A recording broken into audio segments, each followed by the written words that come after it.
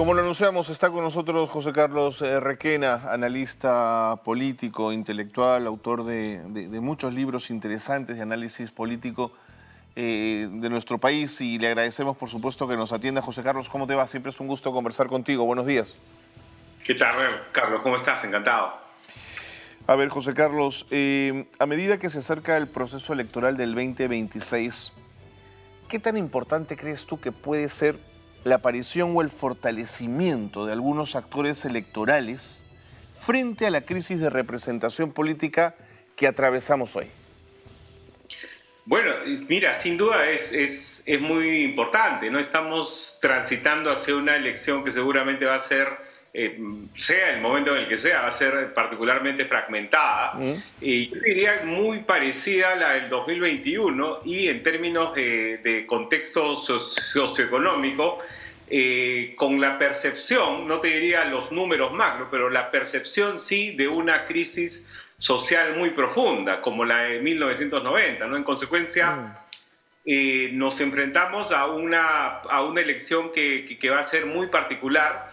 Yo dudo que haya este fortalecimiento que tú mencionas. Mi inclinación es más bien a que vamos a ir a una elección en la que las dos candidaturas que pasen a segunda vuelta van a tener votación muy reducida, ¿no? Si pensamos en los 27 partidos que presentarían candidaturas, y también la penalización de las alianzas, que por la regulación electoral hay pocos estímulos para que estas finalmente se den, ¿no?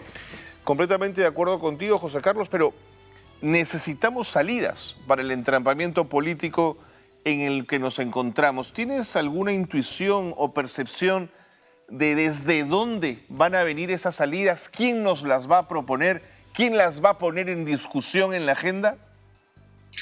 Mira, yo creo que esas salidas vamos a tener que encontrarlas cuando el nuevo gobierno y las nuevas autoridades asuman funciones. Y creo que deberíamos apuntar a que sientan esta presión ciudadana por encontrar estas salidas. Creo que quien llegue al poder va a tener que propiciar algún tipo de pacto, por un lado para gobernar, pero también para pensar en una democracia mucho más fortalecida en un mediano largo plazo, no con una mirada inmediatista de cómo liquidar al adversario, sino precisamente ver cómo las distancias que pueden haber, que inevitablemente van a haber, se reducen con una mirada de país mínima, ¿no? Ni siquiera te digo un gran pacto de gobierno, te hablo de algunas cuestiones mínimas, como respeto a las normas escritas y no escritas, como respeto a los resultados electorales, como compromisos para no dilapidar más la situación del fisco,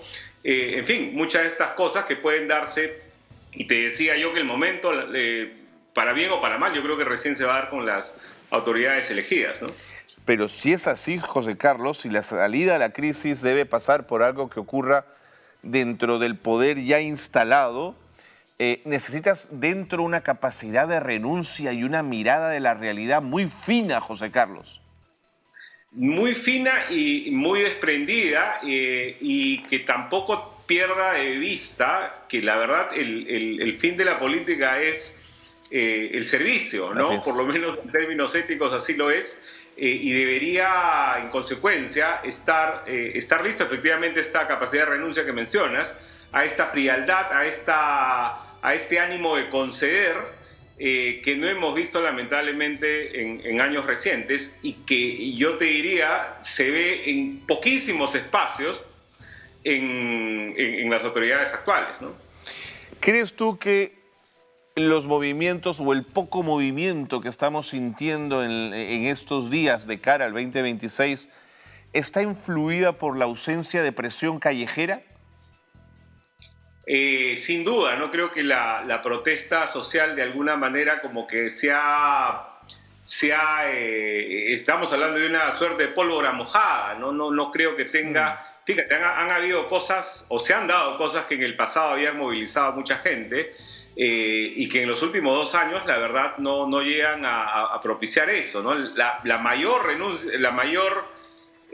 bueno, más allá de las protestas de diciembre del 22 y enero del 23, que fueron además, que tuvieron además un componente, bueno, de las lamentables muertes en protestas, que todavía lamentablemente tampoco se aclaran y no hay ninguno de esos de avance, pero no se ha propiciado movimientos con el tema del indulto, por ejemplo, no ha sacado a nadie a la calle, y el propio hecho de que hayan más de 50 compatriotas fallecidos y esto no mueva a la indignación mayoritaria, pues ya te habla de alguna manera de un amodorramiento de la protesta, y también quizás ahí también la falta de ponerse de acuerdo en algunas cosas mínimas, ¿no? Es decir, muchas veces la gente se inhibe de marchar con alguna persona de un signo político distinto porque en realidad no me gusta que me tome una foto con él, y ese tipo de consideraciones, ¿no?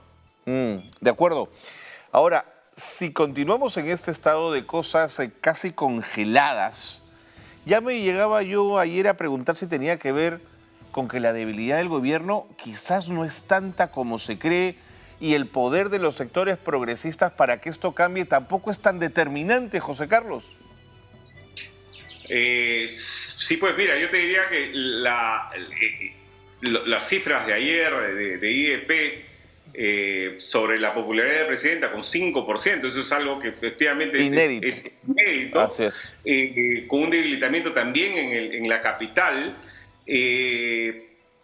Frente a eso, tenemos un Congreso que la sostiene. Han habido ya me he parado de contar, pero me parece que eran entre 5 o 6 mociones de vacancias que no han llegado siquiera a ser admitidas. Así es. En consecuencia, por el lado del Congreso está como blindada por ahora. Pero claro, también hablamos de un Ejecutivo un poco más dependiente, o muchísimo más dependiente de la voluntad del Congreso, ¿no? Ahora, ¿qué tan fuerte es? Porque siempre hay estas leyendas de uno y otro lado, ¿no? Los sectores conservadores creen que los progresistas son determinantes, por ejemplo, en el control del aparato judicial, ¿no? Y los progresistas creen que los sectores conservadores son muy fuertes en el control del aparato económico, a pesar de que se han aprobado leyes que dinamitan por todos lados los pilares del macroeconómicos. Entonces, yo creo que hay efectivamente mucho de percepción en la realidad que hay. Yo creo que estamos frente a un debilitamiento generalizado, ¿no? Alguna vez un abogado, me parece que era Fernán Altuve, decía que en el Perú no ganaba el más fuerte, sino el menos débil. Estamos un poco en una situación así, efectivamente, ¿no? Tenemos una presidenta con bajísima popularidad, sostenida por un Congreso con bajísima popularidad y sin embargo estable, ¿no? Frente a una protesta que efectivamente se ha debilitado, frente a sectores progresistas también muy desprestigiados por el apoyo silente o expreso que se tuvo de Pedro Castillo y las cosas que se toleraron en su momento. Y en consecuencia estamos frente, la verdad, a una cuestión, un economista me decía en privado el otro día, estamos frente a un deshielo, sí, ¿no? Una situación que tú hablabas de congelada. Yo te diría que por el lado económico se está deshielando, ¿no? Porque por cómo ciertos patrones o ciertos aspectos de la solidez macroeconómica se están minando, sí. La verdad no se hace nada por contenerlo, ¿no? Y eso incluye las cifras de pobreza, que la semana pasada fueron en semanas recientes han sido la noticia, ¿no? Sí, atroces. Ahora, ¿cuál es el incentivo para que ciertos congresistas frente a la situación política actual pudiesen inclinar la balanza? Digamos, ¿cómo los sacamos del lado oscuro y los llevamos a la luz, José Carlos? Bueno, lo primero pasa por identificarlo, ¿no? Y creo que por propiciar desde afuera. Yo creo que el único modo de movilizar al Congreso es haciéndole sentir la presión de un grupo mayoritario de la ciudadanía. No, ya no te hablo de rechazo al régimen, sea ejecutivo o legislativo. Te hablo de la aspiración de reformas mínimas, la aspiración de regulación mínimas, ¿no? Eso que era una de las motivaciones para permanecer en el puesto hasta el 26, no hemos visto que se esté dando. Así es. Y más bien lo que vemos es aprobación de regulación problemática para el lado económico y absolutamente populista en otros espacios, que claro, la ciudadanía, los gremios, la sociedad civil, los colegios profesionales, el mundo académico, en fin, deberían sentir que no estamos, digamos, complacidos con su comportamiento, ¿no? Y ese creo que es el único modo de contener o de empujar algunos cambios mínimos. De acuerdo. ¿Intuyes la probabilidad mínima de que este gobierno rectifique su rumbo o es que aún haciéndolo, debido a la ausente credibilidad que tiene, no significaría ya nada? Mira, yo creo que el único modo de que el gobierno cambie la tónica que ha tenido hasta ahora es nuevamente sintiéndose muy presionado por la ciudadanía también. No veo que en el corto plazo eso se dé, en gran medida porque el Congreso la va a seguir sosteniendo. Pero en la medida que, por ejemplo, la economía empiece a presionar más, Así es. o la seguridad ciudadana empiece a hacer, se haga un problema mayor y la ciudadanía empiece a demandar una mejora en estos aspectos, quizás por ahí puede haber alguna enmienda, pero no creo que sea algo global, ¿no? Yo no creo que haya un cambio de timón que la conduzca a un relanzamiento o a una reconciliación. Yo creo que lo mínimo que a lo que se puede aspirar, o lo máximo a lo que se puede aspirar, son cambios menores que hagan que esta situación de deshielo que te comentaba no se dé de manera tan precipitada, ¿no? De acuerdo. La implosión de Renovación Nacional, ¿nos está diciendo algo de este momento político, José Carlos? ¿Estamos ante el comienzo de la caída de bancadas empoderadas? ¿Comienza a desnudarse la debilidad de estos partidos franquicia? Mira, yo te diría que sobre todo nos dice por un lado que la estación de elección de la mesa directiva ha empezado. Yo creo que hay alguna cuestión por ahí discutiéndose. Recordemos que esta bancada avanzaba un poco al margen de lo que decía la voluntad del líder del partido, Rafael López Aliaga. Habían ya señales de cierto distanciamiento. Y claro, ahora que se mueve un poco la cosa y que tenemos el 26 de julio, que es una fecha que todavía para estándares peruanos puede parecer lejana, pero que en junio suele empezar las negociaciones con miras a la mesa directiva, sí te pueden hablar de algún reacomodo, por lo menos de los voceros más importantes de esta agrupación. Y en términos del partido como tal o del apoyo del gobierno, la verdad que el apoyo que se tenía desde Renovación Popular era, si quieres, el del segundo grupo, no siendo los pilares o el grupo más importante, el de Fuerza Popular por su aspecto numérico, y APP por esta aspiración, por lo menos expresa de este partido, por no mover mucho a las cosas, con una aspiración supuestamente de gobernabilidad, ¿no? Entonces, estos dos, Fuerza Popular y APP, han sido los pilares del Ejecutivo. En un segundo grupo vienen, si quieres, Avanza País y Renovación, pero no era esta una de las vitales, ¿no? Es cierto que suele hacer mucho más bulla porque tiene posiciones mucho más conservadoras que a veces van en contra de, digamos, de un sentido común progresista, pero en general yo te diría que cuando uno vea que Fuerza Popular o APP se distancian, creo que ahí podría pensar que la cosa en el Congreso se va a mover significativamente. De acuerdo. ¿No? Una última pregunta, José Carlos. He visto circular en redes sociales, sobre todo, la idea siguiente. Debemos ir, en el marco de estas enormes precariedades, a un 2026 para asegurarnos un Senado sólido. Si tenemos un Senado lo suficientemente potente, con personalidades importantes, con gente decente, con, digamos, además gente entendida en leyes y en derecho parlamentario, podría ser el gran freno de un parlamento que, por muy dislocado y alocado que esté, siempre tendrá este parapeto. ¿Te hace sentido esto, José Carlos? Sí, mira, yo creo que además ahí tocas un tema importante porque se ha hablado de un Senado que muchos califican como super Senado por el tipo de de texto, que es el que se aprobó. Falta aprobar la letra chica, pero en general yo te diría que el espacio parlamentario es algo abandonado por las fuerzas políticas, que de hecho no tienen el cuidado para poder hacer un filtro serio.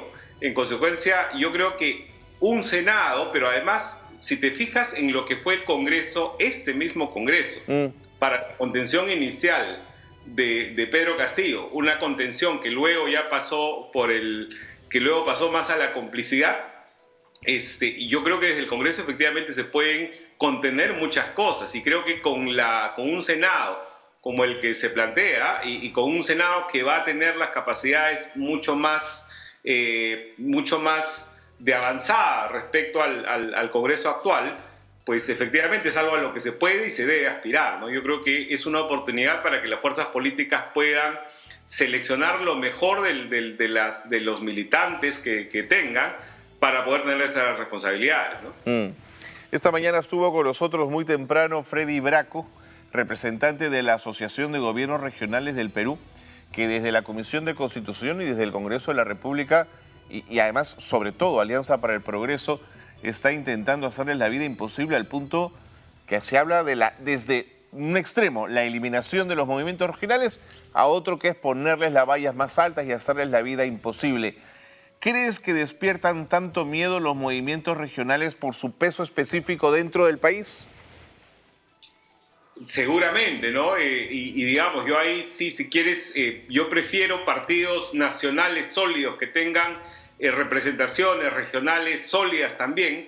En consecuencia, ahí tendría que encontrar un diálogo en el que las cúpulas asentadas en Lima no abusan de los movimientos regionales, pero la verdad, yo creo que con esta aspiración de democratizar, a mi juicio, exageradamente, pues hemos llegado a una cosa en la que inevitablemente se debilitan a los partidos nacionales. Claro, ahí el tema es cómo contienes los abusos de las cúpulas, ¿no? Entonces, yo creo que hay que encontrar un equilibrio ahí. Seguramente no dudo que los partidos tengan temores, y de hecho cuando uno se pone a ver quiénes son los que terminan en el Congreso y qué han hecho o van a hacer en la siguiente o el anterior proceso electoral regional, pues te das cuenta también de cómo ese diálogo es inexistente, porque los movimientos regionales avanzan por su lado y los partidos políticos también por el suyo, ¿no? Entonces, yo creo que hay que encontrar mecanismos que propicien algún acercamiento y alguna cuestión para que no anden por las vías separadas, ¿no? Pero José Carlos, los movimientos regionales nacen de cómo los partidos nacionales le han dado la espalda a las regiones y cómo poblaciones locales se sienten absolutamente no representadas por los mismos partidos nacionales. Precisamente, yo te diría que la aspiración, yo en un principio, te hablo del año 2002-2003, cuando se discutía la regulación que debía regular a los movimientos regionales, yo ya era como que un poquito reticente al poder que iban a tener estos movimientos respecto al debilitamiento inevitable de los partidos. Ya 20, 25 años después de esa discusión, siendo los movimientos regionales algo que existe, pues ya te decía que ahí habría que encontrar algún mecanismo en el que se acercan de alguna manera, o esperar a que los movimientos regionales no sean organizaciones efímeras, ni tampoco circunscritas a una región en particular, ¿no? Yo te hablo de aspiraciones macro-regionales, que sean partidos sólidos, pero que ya no aspiren a quedarse en la esfera de movimiento regional, sino aspirar a un movimiento macro-regional, que te digo, un movimiento fuerte en el norte, más o menos como los que tuvo en su momento Nueva Amazonía en San Martín, o Conredes en la región Junín, ¿no? Entonces yo creo que en la medida que los movimientos regionales aspiren a una cuestión similar, y que efectivamente los partidos no contengan su crecimiento, pues creo que vamos a avanzar en este punto intermedio que yo menciono. Yo no creo que deban desaparecerse, no creo que deban debilitarse, pero tampoco creo que deban darse facilidades que vayan en contra de los partidos políticos nacionales, a los que también se les penaliza de una manera que no se les trata a los movimientos regionales. Y por eso también hay muchos que son efímeros, ¿no? José Carlos, otra cosa que se discute mucho en el Congreso es la posibilidad de que los sentenciados por terrorismo, los sentenciados por actos violentos, no lleguen al Congreso de la República o a la Presidencia de la República. Si ponemos sobre la mesa la experiencia latinoamericana, digamos, ¿cuántos exguerrilleros llegaron a ser presidentes? Pienso en José Mujica, pienso en Dilma Rousseff. Cuando veo España y veo cómo Bildu, el brazo político de ETA, cogobierna y tiene representación de alguna manera política en el Congreso, me pregunto si es esta la forma de acotar o de atacar el tema de los violentos en el Perú. Y claro, me sale además una segunda pregunta. ¿Y por qué no a los sentenciados por pedofilia? ¿Y por qué no a los sentenciados por violación sexual? ¿Y por qué no? ¿Y por qué no? ¿Y por qué no? Es decir, hablamos de sentenciados. ¿Qué piensas tú? La verdad es una cuestión muy... en la que requerimos debatir precisamente. Y ese debate no se da, ¿no? Carlos Asombrío me parece que era el que hablaba de una democracia boba, que no podía contenerse o que no podía... Eso decía, permitir sí. Que personas condenadas por ese tema, imagínate con una resocialización por estos crímenes, en la teoría de que cualquier persona puede candidatear, pues esto se vería superado. Pero efectivamente, tú estás hablando, cuando hablas de casos como el de Dilma Rousseff, el propio Pepe Mujica, ¿no? En gente que ha estado, que ha tenido alguna participación en cosas que en su momento fueron determinadas, fueron tipificadas como un delito. Ahora no estamos hablando ya de esos casos, estamos hablando, por ejemplo, en el caso de Antauro Humala, de una persona que lideró una revuelta que terminó con el asesinato de 4 personas. Sí, claro. Y que nunca, hubo un acto de contrición sobre eso, ¿no? Un mea culpa sobre eso, ¿no? Entonces, claro, yo creo que ahí es un tema muy difícil. Yo igual que tú extendería la cosa, ¿por qué unos casos y no otros? Pero precisamente es hora de tener ese debate, ¿no? Y eso es lo que estas autoridades en el Congreso ahorita se está encarpetando, ¿no? Y lamentablemente, llegado el momento del debate, creo que también tiene que ser extraparlamentario, es decir, en el Parlamento es una cosa con lo que se va a aprobar, pero como sociedad debemos debatir también estas cosas y es lo que no estamos haciendo. Sí, pienso lo mismo que tú, José Carlos. Bueno, el tiempo nos ha ganado. Oye, muchísimas gracias. Siempre es un gusto conversar contigo, José Carlos. Gracias por la lucidez y por las cosas como las ves. Gracias por estar con nosotros. Encantado. Muchas gracias, Carlos. Hasta luego. José Carlos Requena, analista político, ha estado con nosotros en el programa y nos ha dado varios puntos de vista interesantes, por supuesto discutibles, muchos de ellos, que arman lo que se pretende en esta mesa ignativa, la discusión a fondo, tolerante, con ideas de nuestro país y de su futuro, por supuesto.